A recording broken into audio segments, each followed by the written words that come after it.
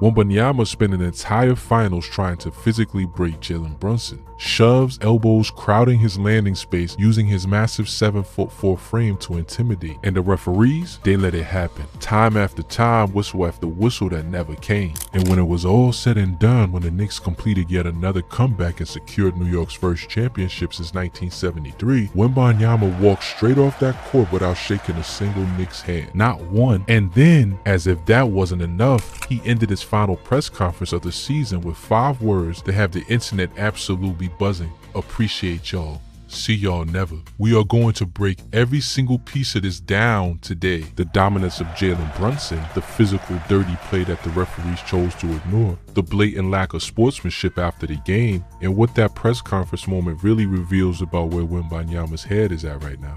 Stay locked in because this one goes deep. Let's start at the beginning, because to understand how this Game 5 moment hits so different, you have to understand what Jalen Brunson was doing throughout this entire series. This wasn't a situation where the Knicks got lucky. This wasn't a situation where the Spurs beat themselves. Jalen Brunson carried the New York Knicks to an NBA championship on his back, and he did it the hard way against one of the most physically dominant defensive players the league has ever seen. Game 5 in San Antonio was the perfect summary of everything this series was. From the opening tip, the Spurs came out aggressive. They had everything to play for. They were at home. The crowd at Frostbank Center was electric, and they absolutely suffocated the Knicks early, building a 16-point lead that looked, for a moment, like it might actually hold. The Knicks started the game 1 for 10 from the field.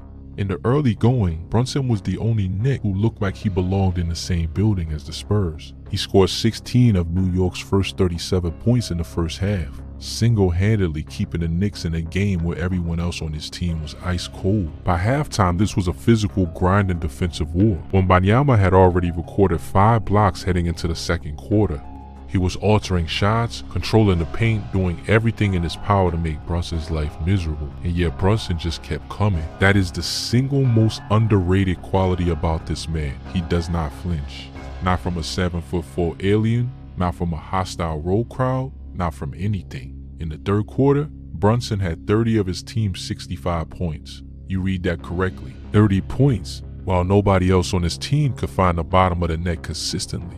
His teammates were struggling. His center Karl Anthony Towns was in foul trouble that would eventually cost him his night entirely. And still, Brunson kept scoring. He kept attacking. He kept willing the Knicks forward. By the time the fourth quarter arrived, Brunson already had 40 points, and the game was tied with under 5 minutes left. Then he hit a go-ahead floater with 65 seconds remaining that essentially sealed New York's fate as champions. Final score, 94-90. Knicks win. Series 4-1. Brunson finished with 45 points, a Knicks finals record. He was named the Bill Russell Finals MVP trophy winner, and not a single person in that building or watching at home could argue with it. When the confetti fell, Knicks fans in the arena chanted his name so loud it echoed off the walls of a Spurs home court. Think about that for a second. New York just won their first title since 1973. 53 years of suffering, ended by a point guard who most people outside of New York couldn't have picked out of a lineup 5 years ago. The legend of Willis Reed, one of the most storied moments in basketball history, has officially found its modern counterpart. But what made this championship run even more remarkable wasn't just the scoring, it wasn't just the stats. It was the adversity Brunson faced from inside this very series. The physical attacks, the late calls, the ignored flagrant fouls, and the composure he maintained through all of it. Let's talk about the foul situation, because this is where the story gets complicated, and where a lot of people are going to have real opinions. Throughout this series, Victor Wembanyama made it clear that his strategy against Brunson was not just basketball, it was physical intimidation. We saw it in Game 3 in Madison Square Garden when Wembanyama shoved Brunson to the ground with both hands, one of those hands clearly going to the back of Brunson's neck and head. The kind of play that, in any other context, would have resulted in a flagrant foul review immediately. Referees missed it entirely on the court. Richard Jefferson on the broadcast was stunned, saying on air that it should be a flagrant one. And then Wembanyama laughed. He laughed right in Brunson's face as the Knicks guard got up to confront him. The NBA admitted the next day, through the head of officiating, Monty McCutcheon, that a foul was missed on that play.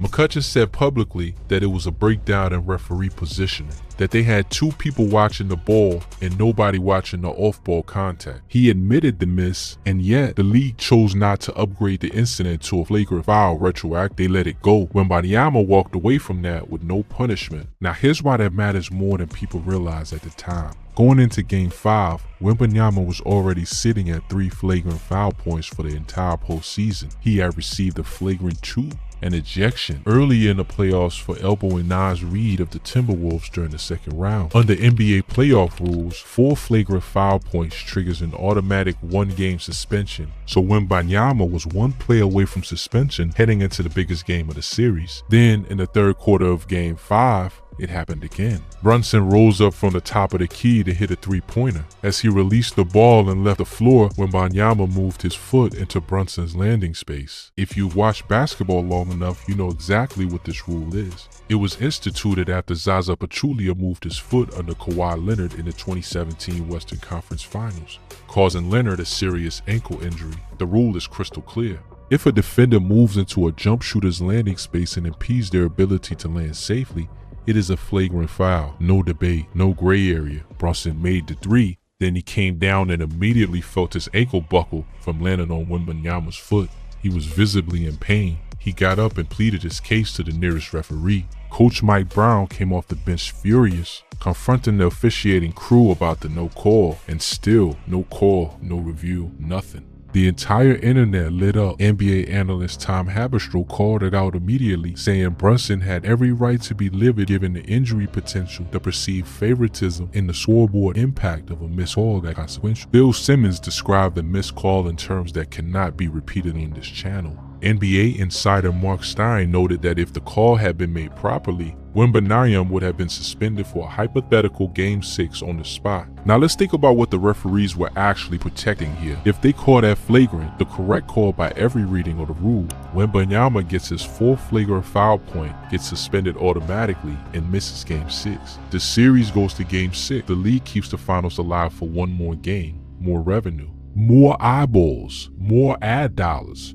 And the narrative around Wembanyama, the generational talent, the face of the future, the player the league desperately wants to protect, stays intact for a game at Madison Square Garden. Crew chief Scott Foster and his crew swallowed that whistle, and people noticed. Every analyst, every broadcaster, every fan watching at home could see what happened. The league is going to review it. They already said so. But by then, it didn't matter. Brunson hit the shot anyway. And the Knicks won anyway. That's the story that defines Jalen Brunson's championship. Not just that he won, but that he won while the game was actively being tilted against him, while the refs were looking the other way on clear violations, while Wembanyama was fouling him in ways that would have gotten any other player ejected or suspended, and Brunson just kept making shots. Now let's get to the moment that has everyone talking, because the basketball stuff, as wild as it is, might not even be the biggest story coming out of Game 5. The buzzer sounded, the Knicks poured onto the court, confetti started raining down on Frostbank Center. Jalen Brunson stood at center court and let 53 years of Knicks heartbreak wash over him as his teammates mobbed him from every direction. And in that same moment, Victor Wembanyama turned and walked directly to the Spurs locker room. No handshake line, no acknowledgement of the Knicks, no congratulations to the team that just won the NBA championship. Now some people will say, look, he's 22 years old. He just lost the biggest game of his life in front of his home crowd. Emotions are raw. You can't expect a kid to be perfectly composed in the worst moment of his athletic career so far. And that's a fair point to raise. But here's the counter to that. We've seen how Wembanyama handles losing before. After the NBA Cup Finals loss to the Knicks earlier this season, he didn't shake hands then either. This isn't a one-time emotional reaction. It's a pattern.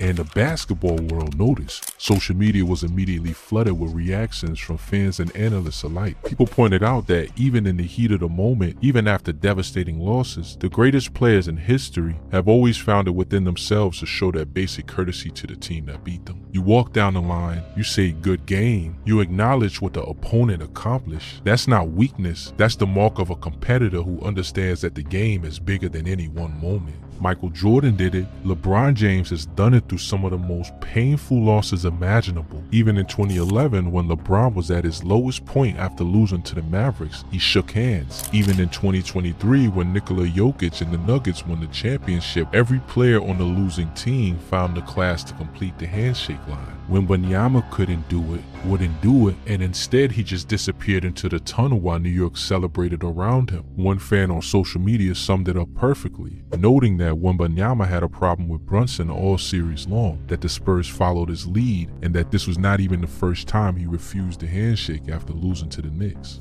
It speaks to something deeper than just a single emotional moment. It speaks to a competitive immaturity that Wembanyama is going to need to address if he wants to be remembered the right way. Because here's the reality, Victor Wembanyama is going to be a great player for a very long time. He averaged 26 points, 11.2 rebounds, and 3.6 blocks per game in his final series. He became the youngest player in NBA history to average 25 or more points in an NBA Finals. At 22 years old, in just his third season, he took a team that had no business being on the stage and pushed the Knicks to 5 games. All of that is real, all of that is impressive, but how you handle defeat matters just as much as how you handle success. And right now, those two sides of Victor Wembanyama are not in balance. And then came the press conference, because if walking off without the handshake was the moment that made people raise their eyebrows, what happened at the end of that media session is what made the whole basketball internet collectively lose it. To his credit, Wembanyama did face the media. He didn't hide, he sat down with reporters, answered their questions, talked about the lessons he was taking away from this finals experience. He was articulate and thoughtful in the way he usually is when he's talking to the press. He said, and this is worth noting, that the margin of error in the series was very, very thin, that the Spurs dominated for stretches, but that their mistakes were punished so hard that they couldn't sustain ups and downs.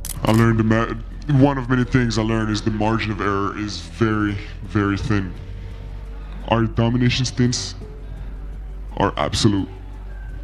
We absolutely dominated for most of the series, but our errors, our mistakes are punished so hard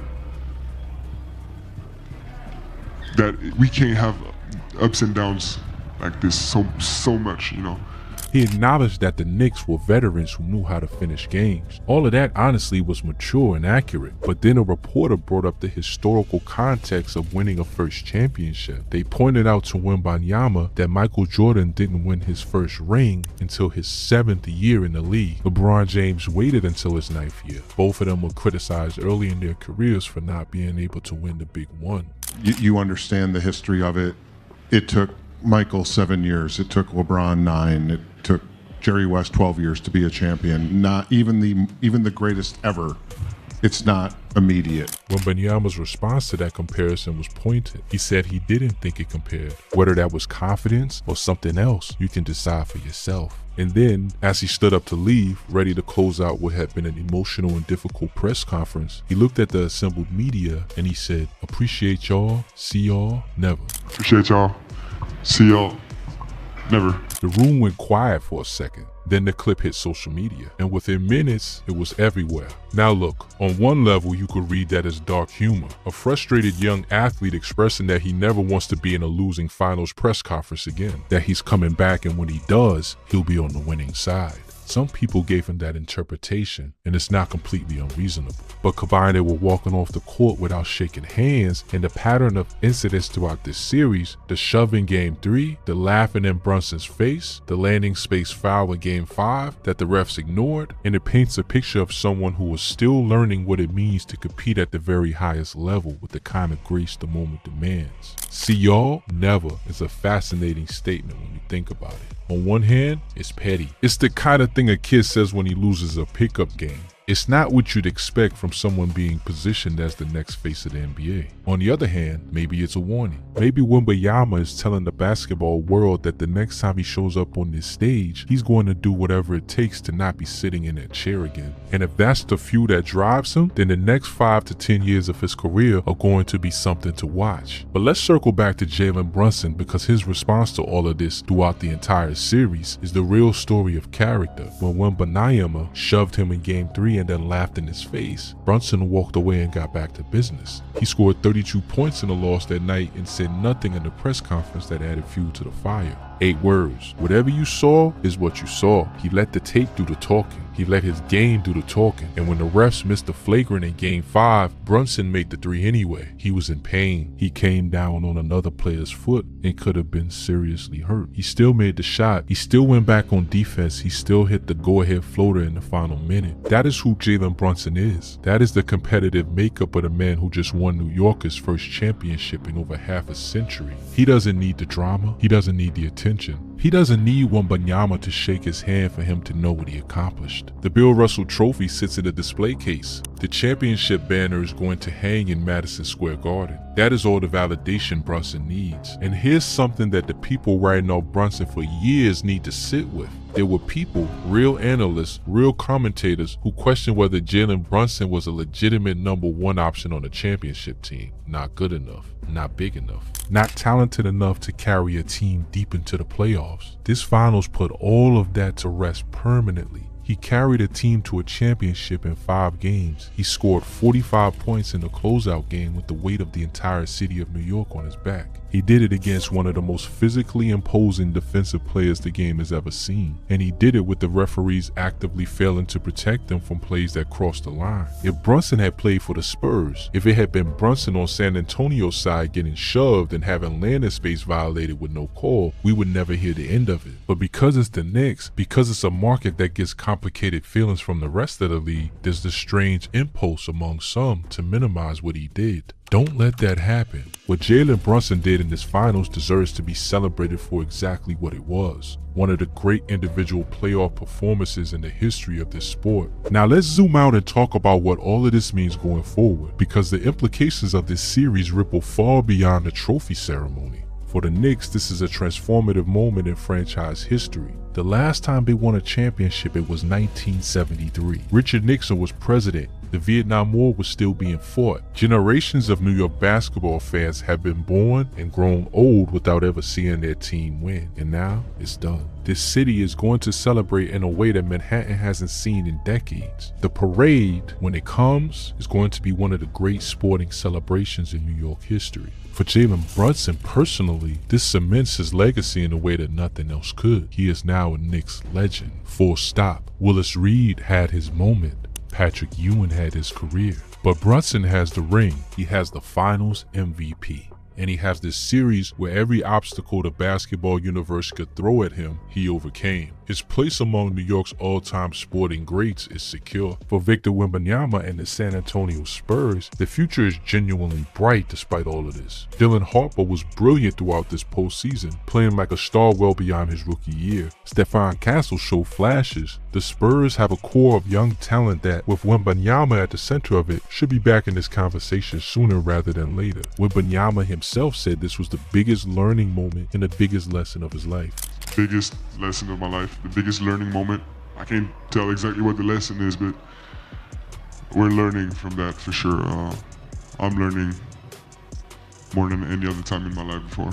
Those words suggest a player who understands that what happened here, the losses, the close calls, the emotional moments after the game, was a necessary part of growth. But growth requires honesty, and the honest assessment of Wembanyama's conduct in this series is that it fell short of the standard that the moment required. The physical play on Brunson that went unpunished, that's something the league needs to address more seriously going forward. The walking off the court without the handshake, that's something Wembanyama needs to address within himself. And the press conference exit, whatever it was meant to be, it landed like a moment of immaturity from someone who was still figuring out how to be a professional in the fullest sense of the word. That's not a condemnation. At 22 years old, showing genuine growth through adversity is part of the journey. Jordan lost to the Pistons multiple times before he figured it out. LeBron lost to the Mavericks and came back better. Wembanyama has all the tools to do the same, maybe more. But he's going to have to look in the mirror about how he handled the end of this series, because the basketball world is watching, and these moments leave impressions that last. What we witnessed in this 2026 NBA Finals was a collision of two very different kinds of competitors. On one side, you had Victor Wembanyama, the generational talent, the physical freak, the player that the basketball world has been waiting on since the day he arrived. Brilliant between the lines, explosive, historic euphoric even in defeat. And on the other side, you had Jalen Brunson, the undersized point guard from New Jersey, the kid who never stops working, the captain who turns everything down a notch and simply competes. When Wembanyama shoved him, Brunson said nothing and kept playing. When the refs missed the flagrant, Brunson made the shot anyway. When Wembanyama walked off that court without shaking his hand, Brunson was too busy celebrating a championship with his teammates to notice. And when Wembanyama told the media, "See you never," Brunson was already hoisting the trophy. Championship basketball isn't just about talent, it's about mental toughness. It's about how you handle the moments when everything is stacked against you. And you have to find one more gear. Jalen Brunson found that gear on Saturday night in San Antonio, and he drove it straight through the Spurs. New York has his championship, Brunson has his legacy, and somewhere in the San Antonio locker room, Victor Wembanyama is sitting with a